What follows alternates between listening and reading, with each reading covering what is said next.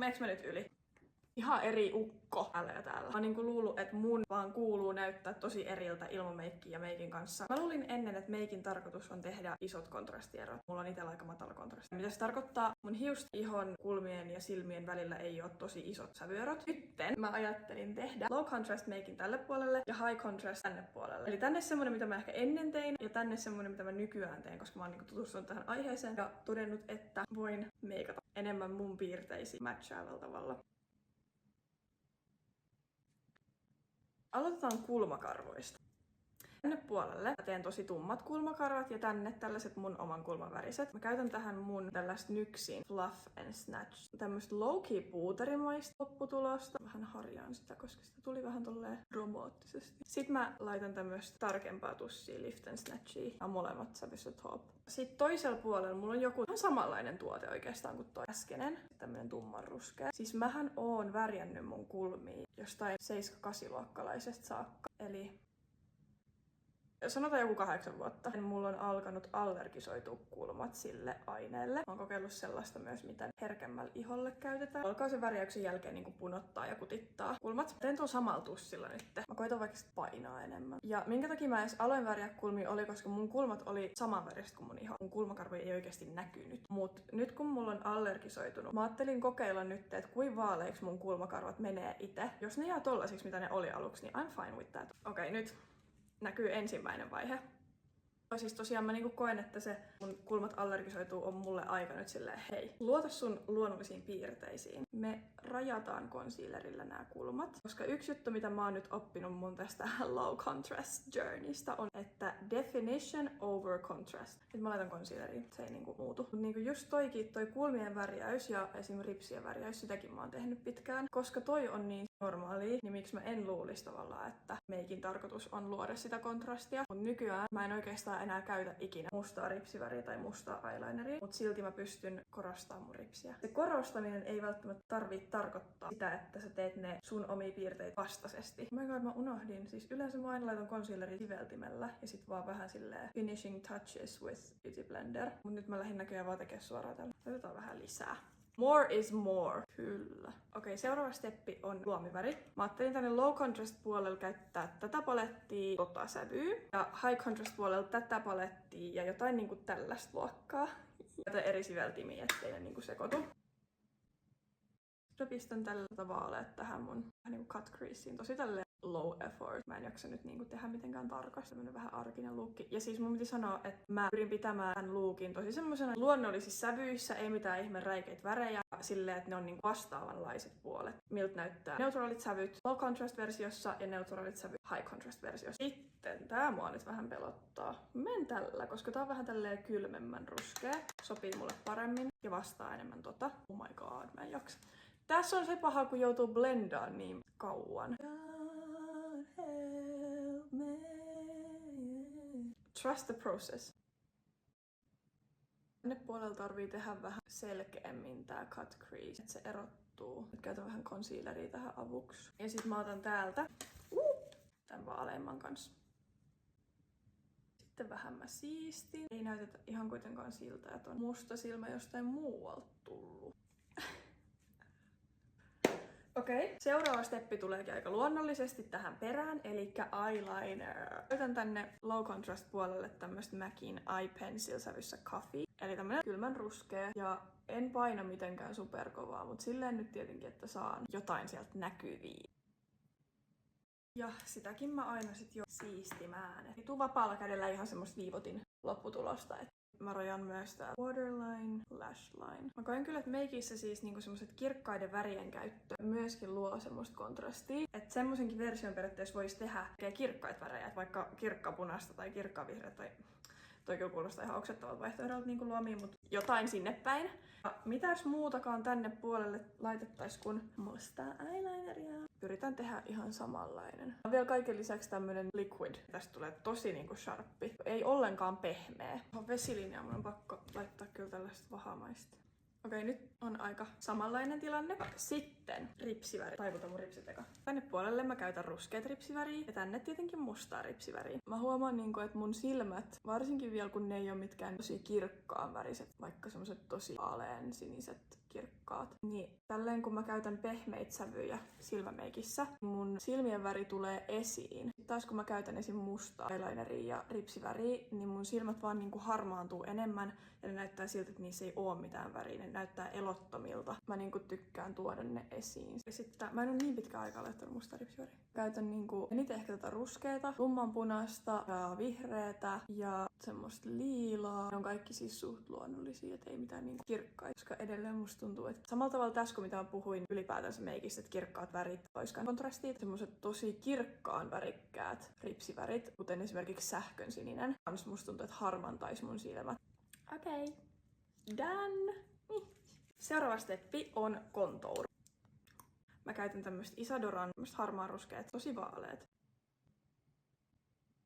Oikein kiva. Mulla on ollut aikaisemmin käytössä, tää on siis Essencen mun mielestä Glow Bronzer, sävyys 20 Holiday Glow. Niin laitetaan nyt ihan niinku ujostelematta.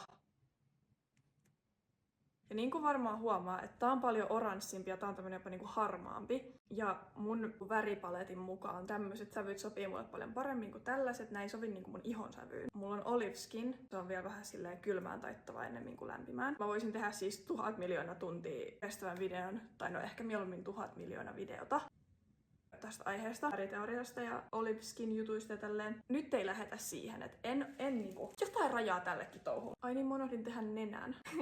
Tästä tulee hauska. Pahin tässä niinku Get Ready With Me videossa on se, että tän jälkeen mä en voi niinku olla silleen, että jes, tulipahan meikattua, nyt voin lähteä jonnekin, vaan mä lähden tästä tasan yhteen paikkaan ja se on pesemään ne meikit pois. Koska enhän nyt herranjestas tämmöisellä naamalla voi olla, kun on niinku ihan eri ukko täällä ja täällä. Tässä mä rakastan sitä ja mä niinku tiedän, että tää on mulle oikea, koska kun mä blendaan tätä, ihan vähänenkin blendaus saa jo sen niinku sulautumaan mun ihoon ja silleen näyttämältä, että se kuuluu siihen. Se varjostaa tosi silleen luontevasti. Kun sit taas, jos käyttää tällaista niinku väärän sävystä, se jää aina näyttämään vähän sellaiselta irralliselta siinä ihossa se meikki. Että se vaan niinku on siinä päällä, mutta se ei niinku sulaudu sinne ja sen näkee varmaan kohta. Huomaatteko sitä, kun mä yritän blendata tätä, niin se ei niinku sulaudu, vaan se näyttää irralliselta, se näyttää jopa niinku likaselta tai silleen, ei ole mun sävy. Mutta sen on nyt tarkoituskin, koska sen kuuluu näyttää sitä, että kuinka paljon sille, että sä oikeasti vähän kiinnität huomioon, että mikä sopii sulle, niin kuinka paljon paremman lopputuloksen sillä pystyt meikissä tekemään. On vähän liian iso sivellin tähän, mutta mä en halua luovuttaa ja vaihtaa. Se on niin niinku luovuttamista. Okei, se on blendattu. Mutta mä aina laitan puuteribronseria päälle. Käytetään Kaja Glow Bronzer Gold Coast. Tää on niinku neutraali. Bronzerithan on aina vähän oranssimpia kuin contour. On tääkin niinku lämpimämpi kuin tämä mun harmaa contour tässä. Saakin sitä tuoda. Myös lukitsee tän. Ja sitten tietenkin toiselle puolelle. Ja pysytään mahdollisimman samassa, niin mulla on tää täysin sama tuote, mutta tummemmassa ja lämpimämmässä sävyssä. Vähän tämmönen vertailu. Joo, on kyllä ihan selkeä ero. Otetaan nyt ihan kunnolla, koska siis tarkoitus on myös se, että tällä puolella olisi enemmän tätä. Kun on semmonen 2016 contour. Mä katoin silloin ihan sikana meikkitutoriaaleja. Nikki Tutorials mä katoin koko aika. Oh my days. Seuraavaksi poskipuna. Mulla on Rare Beautyn Encourage-sävyinen tää Liquid Blush. Tää on niinku ihan täydellinen dusty pink. Tää ei oo kirkkaan pinkki. Tää on muted, vähän niinku harmaannettu, rikottu. Aattelin, että me mennään nyt mun vanhalla poskipunalla tänne puolelle, mikä on tämmönen tummempi, ehkä vähän lämpöä enemmän. Mutta tämäkään ei oo mikään tosi kirkas, että sen takia niinku vois nyt toimii. Missä mun poskipuna sivellin on? Tää on siis ihan tosi pigmenttistä. Laitetaan vaan tommonen yksi tippa. Vois kyllä tehdä joskus semmosen meikki placement vertailuvideon kanssa, koska mä joskus laitoin poskipunaa aina tähän and it looked very bad. Silleen, että kuinka paljon sekin niinku tekee, että teet sun kasvon rakenteen mukaisesti sen meikin. Mä alan tykkää tästä puolesta. Mä en niinku haluaisi joutua pesemään tätä. Et jos mä vaan pesen tän puolen, niin onnistuuko se? Mun täytyy kyllä tehdä se meikki tohon uudestaan, et en mä kyllä jaksa. Okei, sitten tämä mua vähän pelottaa. Laitetaan ihan runsaasti nyt. On liian lämpönen, mutta tää menee toisaalta tän bronzerin kanssa hyvin yhteen. Antaa nyt olla. Pistän tähän vielä päälle Kaijan tämmöstä tosi samansävyistä puuteri glow bronzeria. Ei vittu siis poskipuna. Sehän se oli. Sehän se olikin jo. Oh my god. Meneekö mä nyt yli? Meneekö nyt yli? Liioittelenko? Sitten I think me voidaan siirtyä highlighteri ensin. Mitä vittu? Mulla on nyt tänne puolelle tämmönen MACin Mineralize-puuteri. Tommonen. Tää on tosi skin-like. Se vaan niinku tuo semmoista samettista glowta.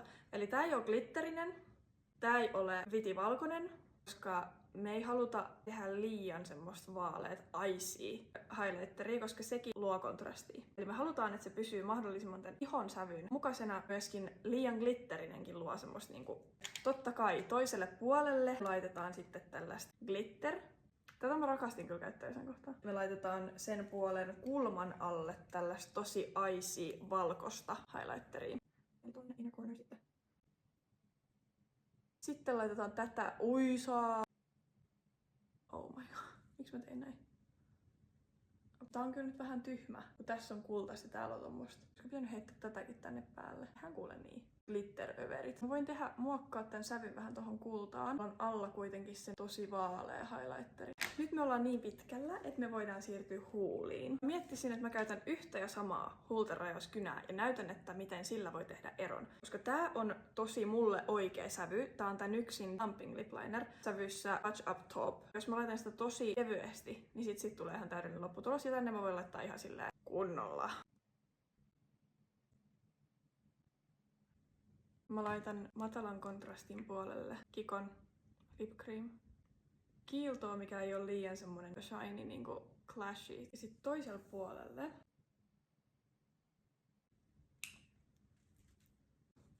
miten nyt näin sattukin, että pääsi unohtumaan. Mä teen kyllä tällaiset ihan hyvät rajat ja kaikki mitä me ollaan tehty, me saadaan kyllä näkyviin. Saadaan se tarkka lopputulos, vaikka se on tehty vähän haaleemmilla, näkymättömämmillä sävyillä. Sitten me ollaan valmiita. Okei. Mun mielestä aika iso ero. Mennään vielä kuulkaa ihan luonnonvalo eteen. No kumpi nyt sopii mulle paremmin? Mun mielestä tää. Ootteko? Täällä silmä kirkastuu. Ei muuta kuin pesemään pois, että tähän nyt loppu tämä tutoriaali, niin nähdään taas ja kuullaan.